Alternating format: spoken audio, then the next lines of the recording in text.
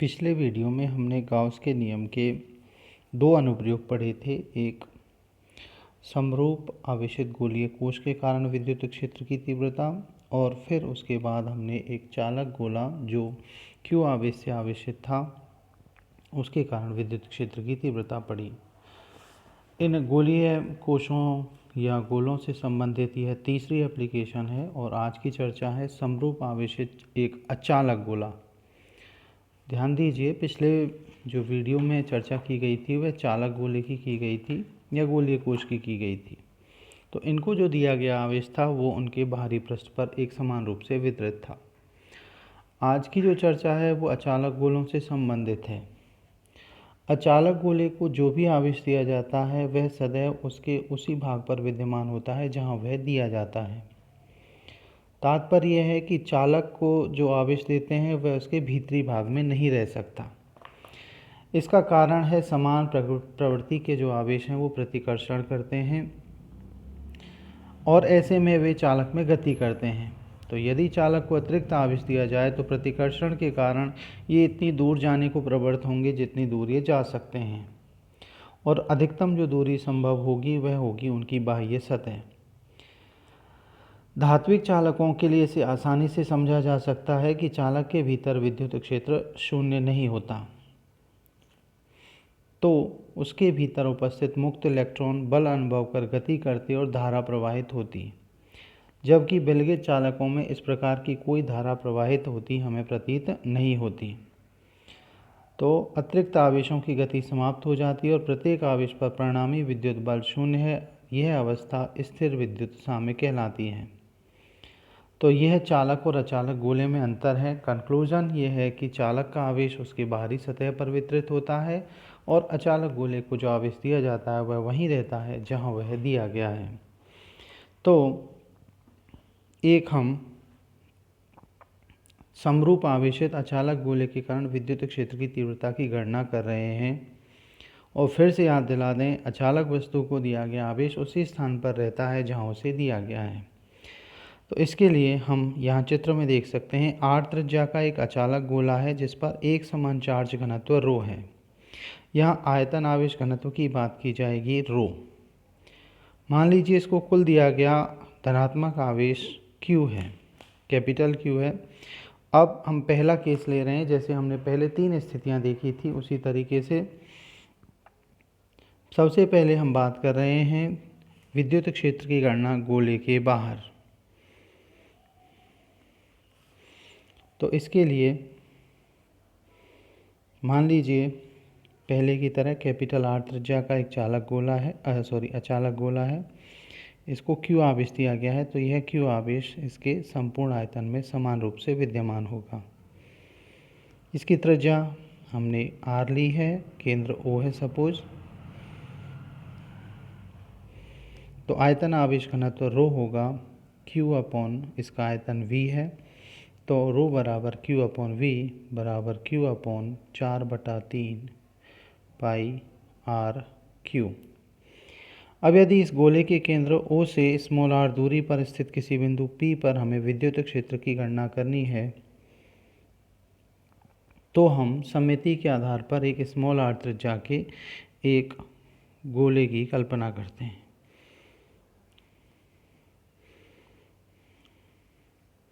तो हम पहला केस यहाँ पर ले रहे हैं कि r जो है स्मॉल r वो बड़ा है कैपिटल R से। इस स्थिति में इस गोले के द्वारा जो स्मॉल r त्रिज्या का है से परिबद्ध आवेश सिग्मा Q बराबर होगा कैपिटल Q के बराबर। तो गाउस का नियम लिख लेते हैं इसके लिए। विद्युत फ्लक्स फाई बराबर समाकलन E डॉट ds बराबर Q अपॉन एप्सिलॉन नॉट से इक्वेशन नंबर 1।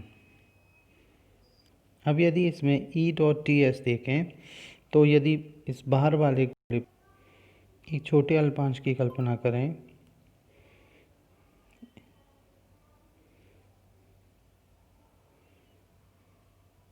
इस बिंदु पर एक छोटा अल्पांश लें, यहाँ या यहाँ पर एक छोटा अल्पांश लिया गया है मान लो, और ये छोटा सा अल्पांश क्षेत्रफल अल्पांश ds वेक्टर है।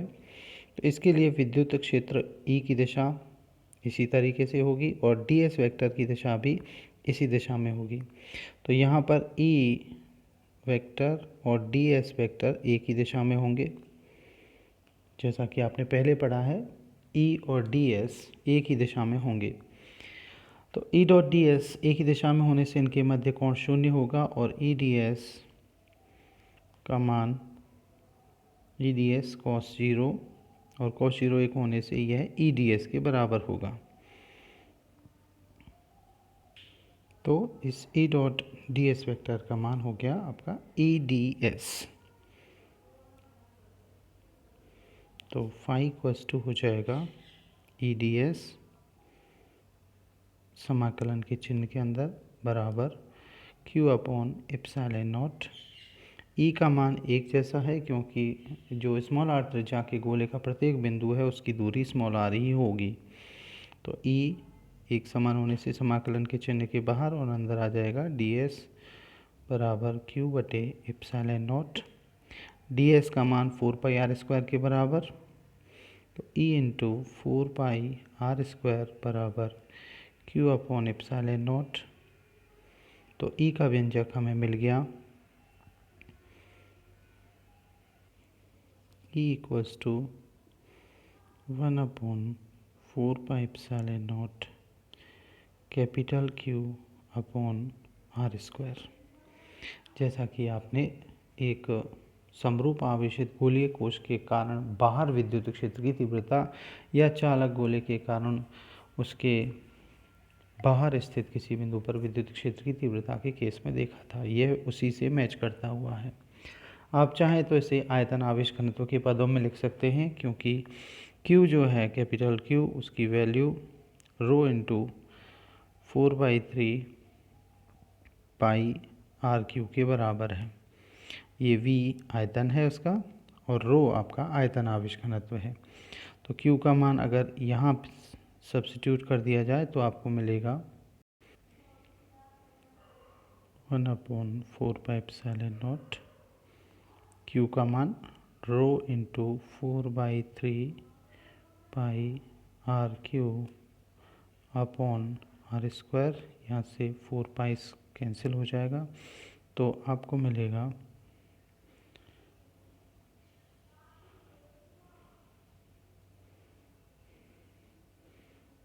रो r³ अंश में और 3ε0 r², 3ε0 r² हर में। तो यह है अचालक गोले के कारण उस गोले के बाहर स्थित किसी बिंदु पर विद्युत क्षेत्र की तीव्रता का व्यंजक। आप चाहें तो इसे वेक्टर फॉर्म में भी लिख सकते हैं। वेक्टर फॉर्म में लिखना हो तो यहाँ पर आपको लिखना होगा E vector equals to rho r³ upon 3ε0 r² r²। दूसरी सिचुएशन ये हो सकती है अब कि जो आपका बिंदु P है वो गोले के पृष्ठ पर ही हो, यानी r बराबर r ही हो। तो ऐसे में ये आपका मूल गोला और आप इस पर कैपिटल Q चार्ज ले चुके हो। इस पर कैपिटल Q चार्ज है, ये केंद्र O है, ये आपकी r डिस्टेंस थी और अब बिंदु जो P है वो भी यही है। तो ऐसे में r बराबर r है। तो पिछले व्यंजक में आप इसे रखें तो E बराबर आपको मिलेगा Q की टर्म में Q अपॉन 4πε0 r², जैसा कि आपने गोलीय कोश के लिए ज्ञात किया था, या पिछले वाले रो के व्यंजक के अनुसार E बराबर आपके पास था रो r³ अपॉन 3ε0 r²। तो इस वाले व्यंजक में r बराबर r रखते हैं तो आपको मिलेगा E बराबर रो r³ अपॉन 3ε0 r² और कैपिटल होगा, ये r की जगह r रखा है, ये r³ है, यहाँ आर क्यूब है, यहाँ आर स्क्वायर है तो कैंसिल होगा, तो एक आर बचेगा, तो आपको मिलेगा रो आर अपॉन 3 एप्सिलॉन नॉट। समरूप आवेशित कुछ अलग गोले के लिए ये बाहरी बिंदुओं के लिए भी विद्युत क्षेत्र ऐसे ही व्यवहार करता है जैसा कि आपने पिछले में देखा था, यानी जो एक बिंदु आवेश के लिए प्राप्त होता है उसी व्यंजक जैसा है। अब तीसरी सिचुएशन ये संभव है कि small R is less than capital R, अर्थात बिंदु गोले के अंदर स्थित है। तो ऐसी स्थिति में जब भी बिंदु P गोले के अंदर स्थित होगा तो हम डायग्राम बना लेते हैं। ये कैपिटल आर त्रिज्या का गोला, केंद्र O, त्रिज्या R, टोटल चार्ज Q। ध्यान दीजिएगा इस पर। अब हमारा बिंदु P जो है वो इसी गोले के अंदर है, तो ऐसे में हम एक गोलाकार गाउसियन पृष्ठ की कल्पना करते हैं। ध्यान दीजिए, अब ये जो स्मॉल आर त्रिज्या का गोला यहाँ दिखाया गया है उसके अंदर परिबद्ध आवेश कैपिटल Q नहीं होगा। मान लीजिए इसके अंदर परिबद्ध आवेश Q डैश है, तो उस Q डैश का मान रो इंटू इस वाले भाग के आयतन के गुणनफल के बराबर होगा। मान लीजिए इसका आयतन V डैश है, तो रो इंटू V डैश का मान 4/3 पाई R स्मॉल वाला Q के बराबर होगा। अगर हम इसमें रो का मान रख दें तो हमें मिलेगा Q डैश बराबर Q/4/3 pi capital R Q into 4/3 pi small R Q. तो ये कैंसिल हो जाएगा, तो आपको Q डैश का मान मिलेगा QR Q upon capital R Q. तो अब हम जान गए कि जो हमारा स्मॉल आर त्रिज्या वाला ये जो गोला है उसके अंदर, इस वाले गोले के अंदर आवेश जो Q डैश है उसका मान आपका QR Q upon R Q के बराबर है। तो अब हम गाउस के नियम को अप्लाई कर सकते हैं। तो गाउस का नियम अप्लाई करें तो विद्युत फ्लक्स फाई बराबर होगा समाकलन E डॉट ds। इसके लिए फिर से E वेक्टर और ds वेक्टर एक ही दिशा में होंगे, तो इनका गुणनफल E ds के बराबर होगा। और गाउस के नियम से ये बराबर होगा sigma Q upon epsilon not के, और सिग्मा क्यू यहाँ पर अंदर वाले गोले के अंदर परिबद्ध आवेश Q डैश है, तो फाई बराबर Q dash upon epsilon not. तो आपको यहाँ पर फाई के दोनों मान मिल गए हैं E ds रूप में और Q dash upon epsilon not. अब E ds E का मान नियत है, इसलिए इसे समाकलन के चिन्ह के हम बाहर ले सकते हैं। तो समाकलन के चिन्ह के बाहर लेंगे तो E इंटीग्रेशन ds बराबर होगा Q डैश बटे एप्सिलॉन नॉट के, और ds का मान फिर से 4 पाई R स्क्वायर जैसा आपने पहले देखा था, और Q dash upon epsilon not. अब हम E का मान निकालें तो E का मान हमें मिल जाएगा, ये हर में चला जाएगा, तो E का मान आपको मिलेगा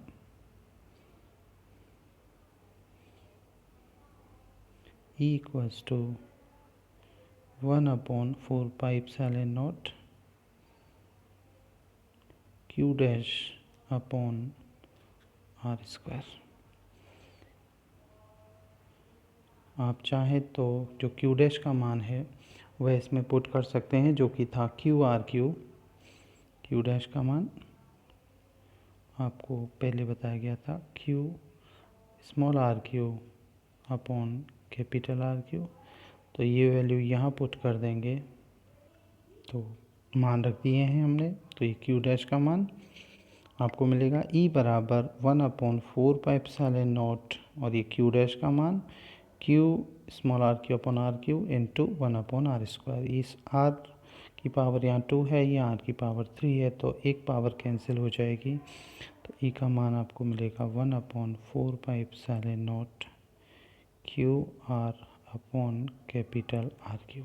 अगर आप चाहें तो इसे रो के पद में भी लिख सकते हैं, क्योंकि आपको ध्यान हो तो रो था आपका क्यू अपॉन 4/3 पाई कैपिटल आर क्यू। तो वो मान रखेंगे, तो आपको मान रखने की कोशिश कीजिए, और कोई दिक्कत आए तो कमेंट में बताइए। तो आप जब मान रखेंगे तो आपको मिलेगा रो आर अपॉन 3 एप्सिलॉन नॉट। सदिश रूप में लिखना चाहें तो आप इस आर को आर वेक्टर फॉर्म में लिख सकते हैं। तो ये ई सदिश बराबर रो अपॉन 3 एप्सिलॉन नॉट और आर को आर सदिश। यहाँ से आप देख सकते हैं कि जब हम केंद्र की बात करें, अगर गोले के केंद्र की विशिष्ट स्थिति देखें तो केंद्र के लिए जब बिंदु P केंद्र पर ही है तो स्मॉल r 0 के बराबर होगा। तो ऐसी स्थिति में E बराबर 0 होगा। तो इसे ध्यान रखिएगा कि गोले के केंद्र पर विद्युत क्षेत्र 0 होता है। दूसरा, अगर हम कैपिटल आर त्रिज्या के गोले जिस पर आपने कैपिटल क्यू चार्ज दिया था उसके अंदर विद्युत क्षेत्र की बात करें तो उसके लिए विद्युत क्षेत्र स्मॉल आर के समानुपाती है। थर्ड सिचुएशन ये है कि गोले की सतह पर विद्युत क्षेत्र की तीव्रता अधिकतम होती है, क्योंकि तब आर का मान अधिकतम होगा। तीसरी स्थिति जब संभव है जब बिंदु P गोले के बाहर हो, ऐसी स्थिति में E प्रोपोर्शनल टू 1/r², जैसा कि आपने पहले केस में देखा था। तो अगर इन तीनों स्थितियों को ध्यान में रखते हुए आप ग्राफ बनाएं E और R के बीच, ये है आपकी स्मॉल r डिस्टेंस, यहाँ विद्युत क्षेत्र की तीव्रता, ये मान लीजिए ये पोजीशन है r बराबर r की। तो यहाँ पर विद्युत क्षेत्र अधिकतम है, मान लीजिए ये ई मैक्स वैल्यू है, ये सरफेस कह देते हैं इसे ES। और इसके बाद जो विद्युत क्षेत्र है गोले के बाहर वो व्युत्क्रम वर्ग के अनुसार घटता जाता है, E out proportional to 1/r²। और अंदर जो तीव्रता है वह समानुपाती रूप से बढ़ती है, यानी E inside is proportional to R। और ये E सेंटर पर जो है वो विद्युत क्षेत्र 0 है। तो इस ग्राफ से आपको पूरा आइडिया लग रहा है कि गोले के केंद्र पर विद्युत क्षेत्र 0 होता है, गोले के अंदर विद्युत क्षेत्र की तीव्रता दूरी के समानुपाती होती है, गोले की सतह पर विद्युत क्षेत्र की तीव्रता अधिकतम और गोले के बाहर विद्युत क्षेत्र की तीव्रता दूरी के व्युत्क्रमानी वर्ग के व्युत्क्रमानुपाती रूप से घटती हुई जाती है। सो फाइनल कंक्लूजन को हम इस शॉर्ट में पीपीटी से देख लेते हैं। हमने पहले कैपिटल आर त्रिज्या का, जो यहाँ पे ए से रिप्रेजेंट किया गया है, गोला लिया जिस पर टोटल चार्ज क्यू था। इसके केंद्र ओ से स्मॉल आर दूरी पर बिंदु पी की कल्पना की। विद्युत क्षेत्र रेडियल रूप से बाहर की ओर होगा, जहाँ पर ई और डी ए या डी एस दोनों एक दूसरे के समांतर होंगे।